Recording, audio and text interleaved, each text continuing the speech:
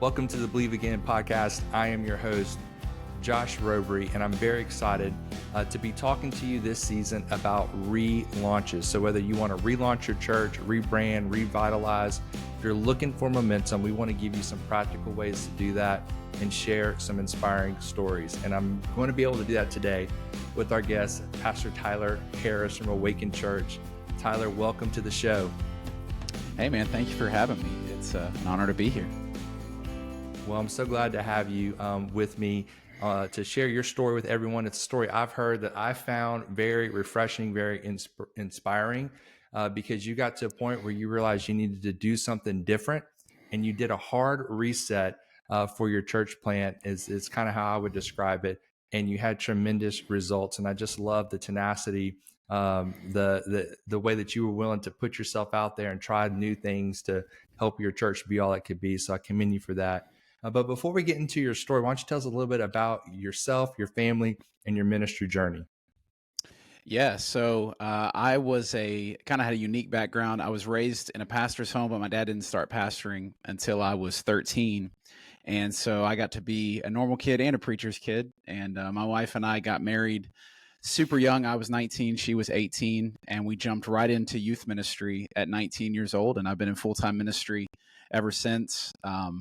Ministry is a little bit like the military. We've lived in 6 different states and served in a lot of different contexts: associate pastor, youth pastor, lead pastor. And then in January of 2022, we planted Awaken Church here in Cartersville. And that's where we are today, still living that church plant life, man, grinding and making it happen. So it's been a crazy journey, but God has been so good. And I have my wife, Kayla, and then we have 3 kids. We have a 12-year-old named Weston, 10-year-old named Easton, because I'm super corny and couldn't not name him Easton when my first son was Weston. And then we have a 4-year-old little girl, and her name is Blakeland, and she is 100% the queen of our household. Like she's a little miracle baby, and that's a whole nother story for a whole nother day. But yeah, man, just living that life of church planter, pastor, dad, all the things. Well, that's amazing. So you guys have just celebrated 2 years? Yeah, so we were 2 years in January. So we are in year 3, but barely. So it's been crazy. Okay, amazing. Well, we want to get into your story about your relaunch story, but why don't you help us paint a little bit of a picture of what your launch looked like and what was going on during that first season before you guys hit reset? Yeah, we had, man, it was such a beautiful season for us during pre-launch, because the church that I was on staff at, it was like exactly how it should go. And it was such a refreshing thing. Our pastor was super supporting. It was amazing. We ended up, I think our launch team, when we launched, we were, I want to say like 47 was our number. I can't remember exactly, but we launched strong. We felt really good about our launch team. We raised the money that we needed to raise and had good relationship with the school, and had a great launch day. So we had 275 on launch day, which was unbelievable. I joke with people because, ARC prepared us. They said 50% is going to leave after week 1. And I'm like, y'all don't know me. I mean, I am the exception to the rule. Yeah, absolutely. 50%, almost to, I think we had 150 week 2. Okay. And so that's a unique feeling. Everybody's like, man, you had 275 people on launch day, which I know there's some churches that have way more, some churches that have way less. And I'm like, yeah, it was awesome, but it's highs and lows there, and I think that's, if I could characterize church planting in anything, it's that it is extremely high highs and extremely low lows. Like it's this roller coaster, especially that first year of just, man, it's like whiplash. You're on top of the world some days, and then you're under a bus the next, Yeah, I think that's a good point for me to jump in, because when I think 275, man, that's amazing. Congrats on having such a great launch day. It was incredible. What's really funny is how smoothly launch day went. And to just give you context, we didn't have like professional musicians, professional sound guys. Like it was all launch team volunteer, and everything went so smooth on launch day. It was like, this is awesome. And it was the grace of God, because week 2, everything went wrong. Like So what went sound. wrong week 2? Oh my goodness, man. We walk in and number one, the tracks will not play. Like because we're using tracks because we don't have a full band. Tracks won't play. So we're like, okay, let's download them. The Wi-Fi won't work, so we can't download them. So we try to connect to a hotspot. We're in North Georgia, and we're like not rural, but we're right on the border of being rural. And so like we couldn't get enough signal to download the tracks. So that happens. Middle of my message, the screens just go off because the computer died for some. It was plugged in, just died. We don't know why. It just died. it was like, and in that moment, I'm like, okay, thank you God that this happened today and not last week on week 1. You know, you don't want to come out the gate looking like that. So it was obviously all fixable issues, but it was a testimony to the grace of God that it all happened week 2 and not on launch day. So just an interesting, and it was like, okay, welcome to church planning. Now this is the real grind. You figure this stuff out on a weekly basis. So Wow. Well, I'm very happy that happened week 2. So that's some interesting perspective there, gratefulness and gratitude and contentment. So I'm trying to remember how did I first come across your relaunch story? Did you reach out to me? Did I hear about something happening? How did we first come in contact about that? So we reached back out to ARC. We had acquired our lease space. We're starting the renovations, and then our plan was to do a relaunch in January. And I really got the idea for relaunch. My art coach was Travis Jones, and so Great Travis, art coach. they essentially launch on every 9 months, anyways. Even though they're killing it, they launch in September, they launch in February. They always do an event that is like a launch, even though they call it something different. And so even if we weren't in a bad place, that was already our plan. But as we had declined, and we'll talk about that, so we had declined in numbers and all that stuff, it was like, it became less of a, hey, that's a good idea, and became more of a, we have no choice. We have to do something to generate momentum. And I think that may be how we connected. Okay, yeah, I remember that. So whenever you guys were getting to that place, like what was it that told you like, hey, we have to do this? Like, what were the factors determining that? And then how did you come to the conclusion like we need to do a reset? I think for us, just to be transparent, when we were portable, and so as our team declined, the workload didn't. And so like we would have people that, and one of the beautiful things about our sending church that I mentioned was that we had people that came with us. But one of the downfalls to that is that as people get into a church plant, they quickly figure out this is entirely different than serving in an established church that's been there especially when you're portable. It's just, it's so much different. It's an entirely different experience. There's good about it and bad about it. But a lot of people they didn't love the setup tear down life. And so we had people that came with us, lasted for a month, 2 months, whatever. And then they would kind of trail off. And then we had, of course, our core that was, they were there, they were in the trenches, like, we're going to get this done. And I think for us, as that team declined, and just to be real with you, we didn't do our next steps well in year 1. We didn't have a great, like, we did the things, but we didn't do them consistently. We didn't do them effectively. We didn't communicate them well. And so there wasn't a lot of onboarding of new team members. And I mean, if I could attribute anything to why we declined, I would say that is it. Like, we just didn't add team members. And if you don't add team members, you're not going to grow because you just can't. So, as our team was trying to keep this same level of excellence with less people, Sundays were just really, really, really tough. I mean, they were long days. You got people that are on setup, teardown, then on worship, in kids. I mean, they're pulling multiple duty and then going home. We're just all exhausted. And I could see that burnout happening. And to me, that was it. It was like, I'm not going to just kill these people that are serving this vision that God gave me. And I'm not going to kill my family either, because that's the thing. We were right in there with them as well. My wife was setting up kids every week, and we're setting up we were a part of all of that. And so selfishly, we were like, we can't do this. I mean, this is a lot. And so we took our big leap of faith and signed a lease to jump into a building that was available.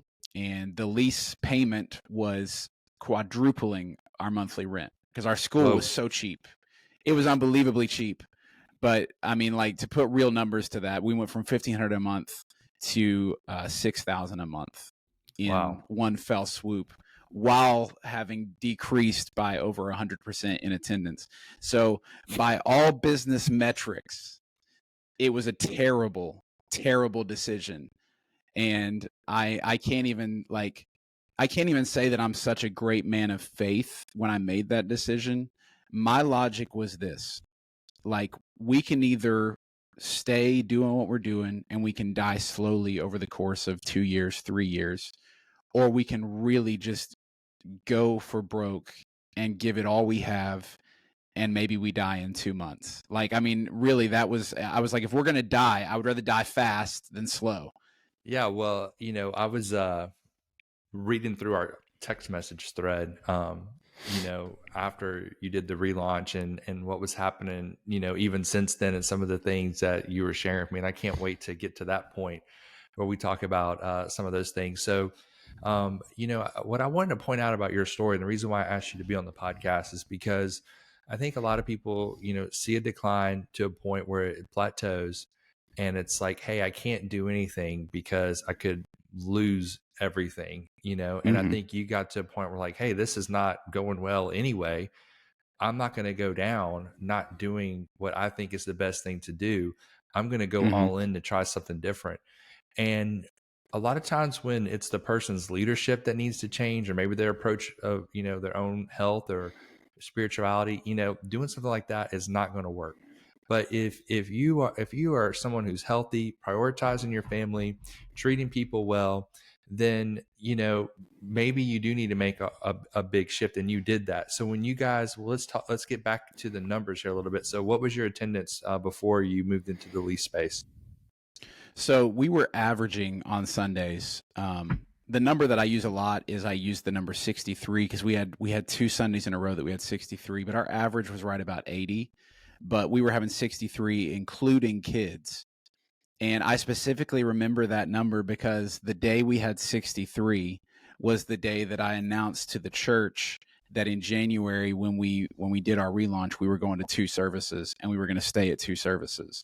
This was in December. We're going to 2 services in January when we relaunch. And when I said that, our auditorium seats 100. I think we had 36 people in there on that particular Sunday. And like, you could see it in, I had one guy who was like really a solid faith dude, like one of the core guys in our church. And he told me, this is after God did what he did. He was like, when you said that, I was kind of like, okay. I mean, I don't know what, and that, I mean, I think that's the thing, that when you're trying to be a person that casts vision, you have to be willing to sound like an idiot. Like, because vision is not what is readily evident. That's not vision. That's just sight.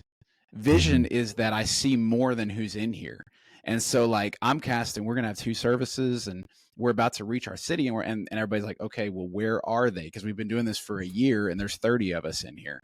And we just said, we're going for this. We invested time, we invested money, we put everything into that, and relaunched. We went from having 63 to leading into that January. When we got to our relaunch, we relaunched on January 23rd, which was one day and a year and a day after our original launch date. And we had 170 on our relaunch day. And throughout the rest of that year, we never dipped back below 142 on any Sunday. So literally within a month, we doubled our church and never went back down. And that is the grace of God, but also just like the sheer willingness to say, we're going to go for it. Like, I don't think there's anything extraordinarily special about us or our team or I think it's just that we were like, we're not going to go down without fighting. Like, Mm-hmm. I think that's the moral and the mantra of our story is like, if we're going to go down, we're going to at least go down swinging. Well, I love that attitude. And I think, that kind of radical faith is what God rewards, and faith with action. So you took a lot of steps to see that, faith vision become a reality. So, uh, I think if someone's listening to this, they might wonder, well, there must have been some other factor. I mean, how do you go from having 31 week to averaging, 160, a month later? Like I don't, what you must have tapped into something that you're not telling us. So maybe talk about that a little bit. What do you feel like caused those people to come try your church and stick? I think we obviously did the things that ARC would push, that we marketed, we did social ads, we did another mailer, we did everything that we did for Launch Sunday, we did it again for Relaunch. But the thing that we did differently, and I alluded to this earlier, is that we just made our next steps really, really, really clear. And we don't do the 4-week growth track. We do a 2-week growth track. Essentially, we do Party with the Pastor and Serve 101. So week 1, first week of the month, we do Party with the Pastor. Week 2, we do Serve 101. And then week 3, you're serving on a team somewhere. So you can be brand new to you're on a team within 3 weeks. And that alone created a retention for us. And then we shifted our focus from how do we get more people here to how do we schedule more people on Planning Center, because a metric that we figured out and I've used with our team a lot is, for us, the number was like 4.6, that if we can get somebody to go green on Planning Center, it accounts for 4.6 people in attendance. And so I told our team, if I could tell you you could press a button and 5 people would come to church, would you do it? And everybody's like, I mean, obviously. And I'm like, well, because you can. Like, if you confirm on Planning Center, it equates to 4.6 people in attendance. And I don't understand how the math works, but it does. It just continually works. I know on Saturday if we're going to have a good attendance on Sunday, because I can see how many people have gone green on Planning Center, and it just the math keeps working. And so I think I would attribute a lot of our growth to just simply making better systems for retention in terms of getting people serving as quickly as possible, getting them on teams as quickly as possible. Because to me, I think teams serve as groups even in seasons that our groups aren't in session. Mm-hmm. The teams are a group within themselves. And so they've been great for getting people to plug in and have community, have relationships, as well as finding purpose and contributing. I tell people, when you start serving, this goes from being the church you go to being your church. And that's what we saw happen. And that's what we've continued to see happen. We've still had people leave. I mean, that's a part of it. We're a church plant, there's still that turnover that we experience, but it's been entirely different since we made that shift. Wow. Well, I wasn't expecting you to talk about making next steps clear, but it's pretty evident that when you did that, another thing happened is that people connected relationally within your church because they were able to get on a team and Right. making that connection. It's funny, just throughout my life, I've just experienced this from the time I was in youth ministry as a student to today, that, we think people choose a church based off the preaching and the worship. A lot of times they're just picking it out of relationship, and where they feel connected and belonging, where they feel like they belong. That's where they go, and they sit through some bad preaching and bad worship. Absolutely. And so it's a great way of thinking of your whole process holistically. And I was looking at this text message you sent me after Easter. I hope you don't mind me sharing it. We can cut it if you want to later. And it says, he says, our week after Easter was what blew my mind. We had 260 in the room. This is Easter last year, 19 more salvations and 23 baptisms. Fire emoji, fire emoji, fire emoji, praise hands, praise hands, praise hands, praise hands, clap, clap, clap, clap. I'm surprised I didn't throw a run in there, because I'm a Pentecostal kid, so I might have threw a running emoji in there after. Come on, Holy Ghost. Right. That's right. Keys to my Honda, shit about a Kia. Yeah, there you go. That's awesome, man. Well, I think the reckless abandon you talked about, the hard reset, that's something that people just aren't willing to do. You took responsibility and made things different. And so if you were to talk to someone that said, hey, I'm in the same situation, I just don't know that I have it within me to do what you did. Or maybe they've been going for a long time and they just, it's just becoming a drudgery that they're not able to get the momentum that they're looking for. What would you tell that person? I mean, I think I think one of the reasons that we didn't cast blame and that we accepted responsibility is that as soon as you cast blame, you can't control the outcome. Like, accepting responsibility means there's still something that I can do about it. If I cast blame, that's out of my control. And so I think that's part of it. I mean, the other part, I mean, honestly, what made it really hard to blame ARC is in the same time that our church is declining, there are 20 others that are thriving. And so if you have 20 success stories and one that's not succeeding, there, I mean, odds are it's probably the responsibility of the one that's not succeeding to look in the mirror and one of two things. It's either, okay, this isn't what we're called to do, or we need to do something different in what we're called to do. And that was ultimately what we had those conversations. Me and my wife talked, is this what we're supposed to do? Did we just think this was a good idea? We were like, do we become a campus of another church? We had all those conversations. So I don't want you to think that we were just like, we're going to go. Like, no, we had those conversations. Those nights that it's like, man, this is not working. This is not what we thought we were getting into. I get to preach 30 minutes a week, but the other, 6 days, 23 hours and 30 minutes are worried about finances, worried about how are we going to make this and so I think we had those conversations, and that's what brought us to this place of Relaunch. Is like, all right, Lord, you led us to this. I didn't plant this church because I wanted to plant a church. I'm gonna be real with you. I didn't want to plant a church at all. That was not in my, I've always thought it was interesting for other people. That's really cool. Super glad that, that's amazing. That's good for you, You're bro. doing fantastic. Right. Exactly. And so, but we could not get away from it, and God led us to do it. And so that's, we're like, Lord, this is what you told us to do. So we're going to try one more time. I think about the lepers that are sitting outside the gate, and they're like, we can just sit here until we die, or we can go fight and die in the process. And because they when as soon as they got up is when the battle was won.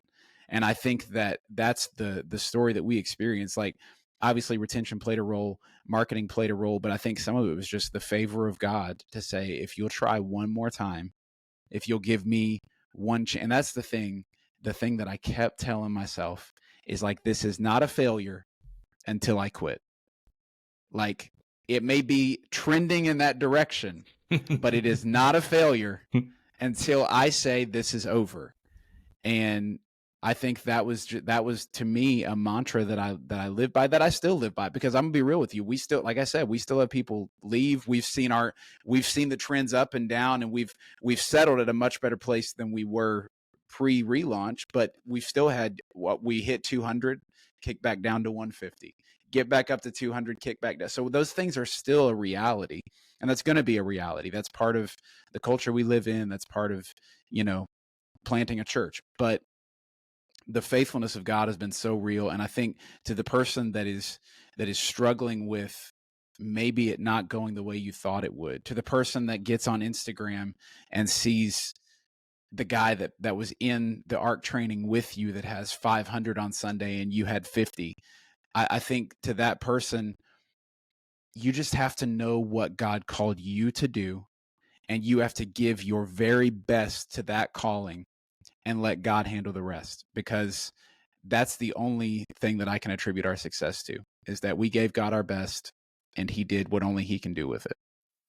Well, I think that's a great point to end this episode on, because I don't want it to be lost on anybody, or I don't want anyone to think it's lost on us, that we understand that this is God's blessing, that we can't wave a wand and see people show up. But what we can do is we can do our best with the tools we have available and allow God to bless that. And that's what he's done in your situation, Tyler. I just am so encouraged by your story. I know it's going to encourage so many other people. Before we hop off, why don't you tell everyone how they can stay in touch with you and share anything that you have coming up that you want them to know about?